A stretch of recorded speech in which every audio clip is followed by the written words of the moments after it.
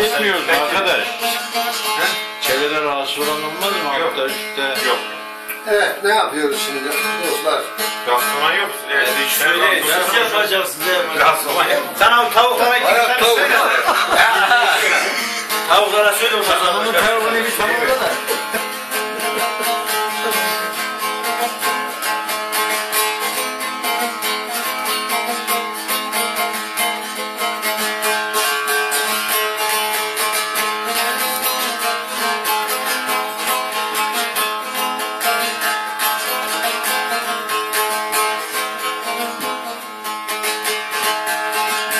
Benim tavuğum aldı bana, dersi dolu yardı bana.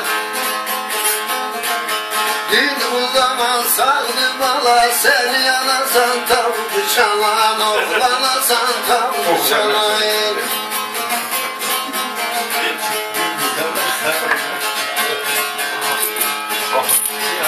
Tavuk çalan çıktı dama, baktı dağa, baktı sola.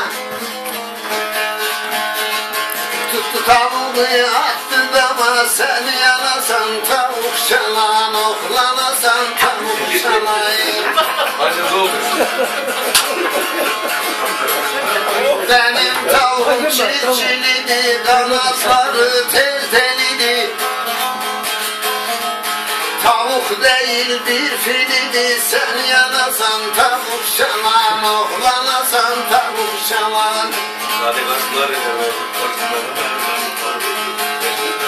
Tavuğun etini yemedim, suya koyup da yumadım. Anam öldü ben demedim, sen yanasan tavuk çalan.